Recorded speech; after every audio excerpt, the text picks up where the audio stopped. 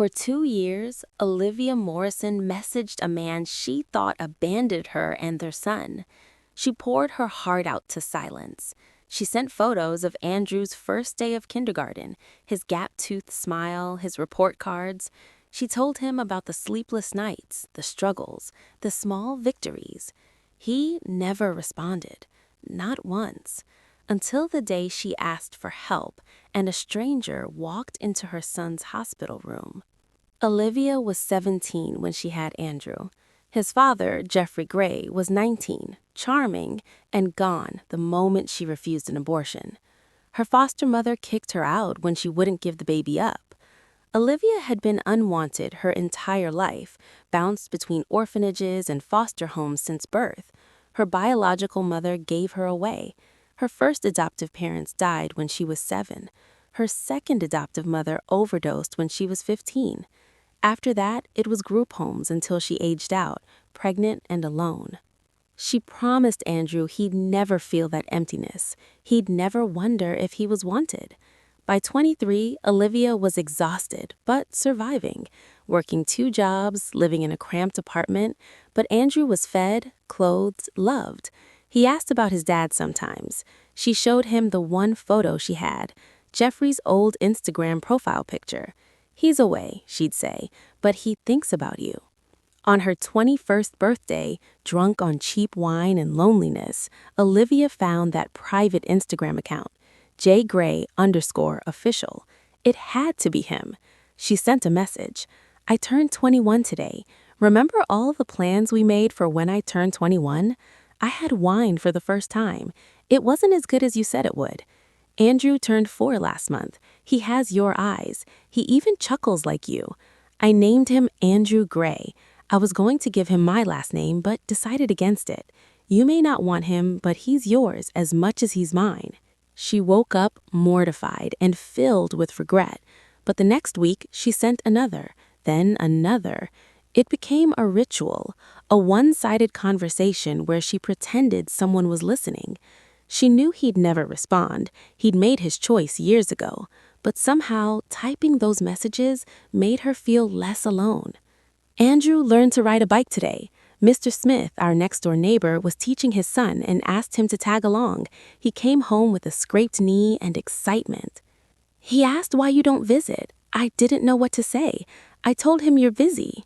He got an A on his spelling test. He's so smart. You'd be proud." 2 years of silence, 2 years of messages disappearing into the void. Then Andrew collapsed at school. The emergency room was a blur of fluorescent lights and medical jargon. Acute appendicitis. Emergency surgery required. Insurance would cover some, but not enough. The surgeon gave Olivia a number that made her vision blur. $50,000 up front. She sat in that sterile waiting room, hands shaking, and opened Instagram. Her fingers moved before her brain could stop them. "I know you don't care. I know I'm just noise to you. But Andrew needs surgery, and I don't have the money. I'm begging you, please. He's your son. I can't live without him. If you save him this time, I promise I'll never reach out again. Please, I can't lose my baby." She expected nothing. She'd gotten nothing for 2 years. But still, she prayed. She wasn't religious, but in that moment of desperation, she hoped there was a higher power and that the higher power would save her son. 6 hours later, a nurse found her at the hospital entrance. She had gone out to get her salary advance from her boss. "Miss Morrison, your son's out of surgery. You can see him now."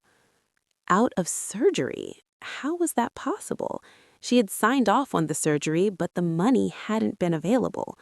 Olivia stumbled to his room in a daze. The surgery was over. Andrew was sleeping, small and pale against white sheets. And sitting in the chair beside his bed was a man she'd never seen before. Tall, dark suit, expensive watch. He stood when she entered, and there was something in his eyes. Recognition, guilt, something she couldn't name. "Who are you?" Her voice came out hoarse. "Jeffrey Gray," he said quietly. The room tilted.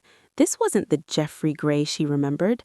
This man was older, polished, nothing like the college student who'd gotten her pregnant at 16.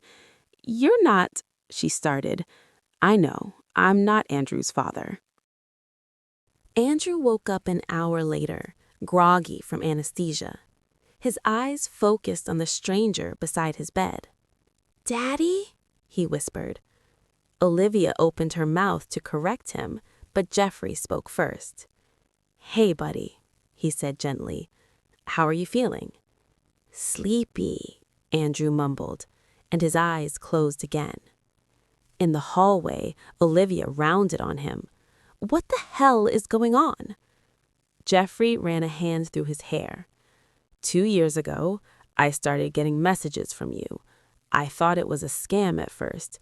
Someone trying to catfish me, claim I had a kid, ask for money eventually. I was going to block you." "Why didn't you?" Olivia asked. "You sent pictures of him." He gestured toward Andrew's room. "And you never asked for anything. You just talked about his life, your struggles. I kept waiting for the con, but it never came." "So you just watched? For 2 years?" His jaw tightened. "My mother died around the time your first message came.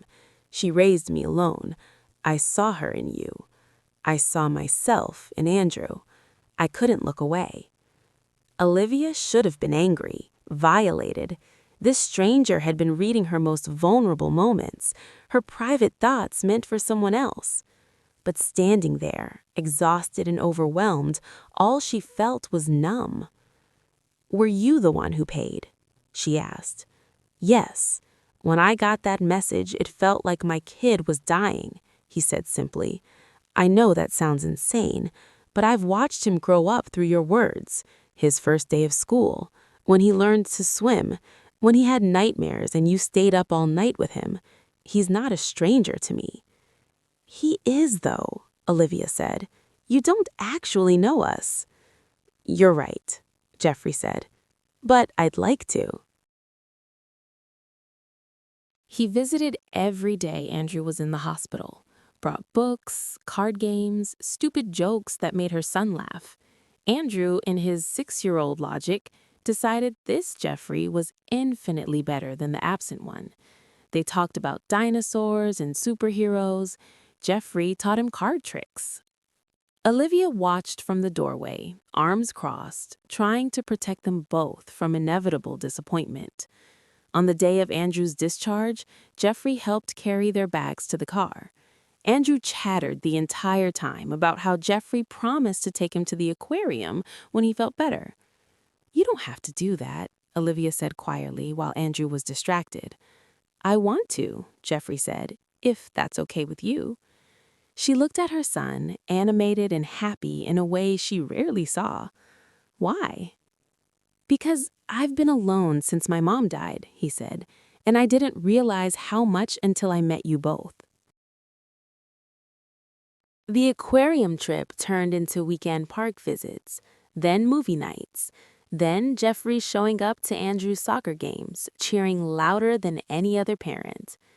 3 months in, Andrew fell asleep on Jeffrey's couch during a movie.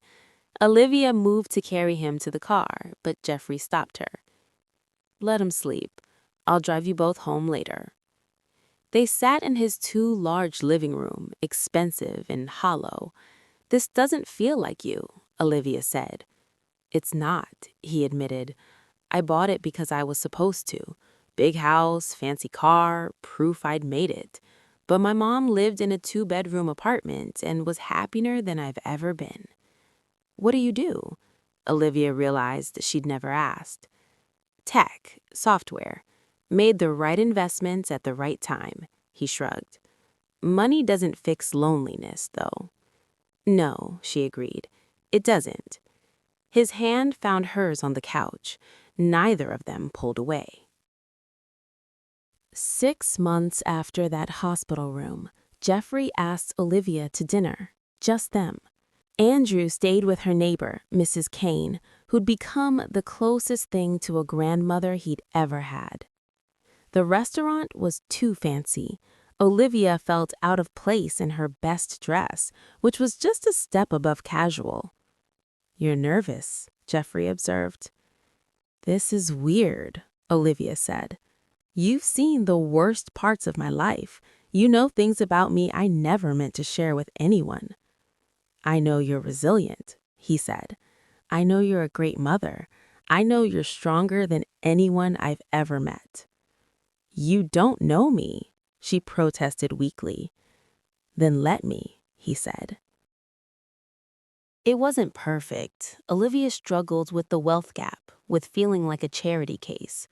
Jeffrey struggled with boundaries, with understanding he couldn't fix everything with money. They fought about him buying Andrew expensive toys without asking, about him trying to pay her rent, about trust. "I'm not your pet project," Olivia told him after he tried to surprise her with a new car. "I know that," he said. "Do you? Because sometimes it feels like you're trying to fix us." "Maybe I am," he admitted, "but not because you need fixing, because caring for you both makes me feel less like I'm just existing and more like I'm living." That honesty cracked something open in her. One evening, Andrew looked up from his homework. "Is Jeffrey my real dad now?" Olivia glanced at Jeffrey, who'd stayed late to help with math problems and make dinner, who read bedtime stories and packed lunches, and showed up to parent-teacher conferences. "Biology doesn't make a father," she said. "Love does." Andrew nodded, satisfied, and went back to his worksheets. Jeffrey's hand found Olivia's under the table and squeezed.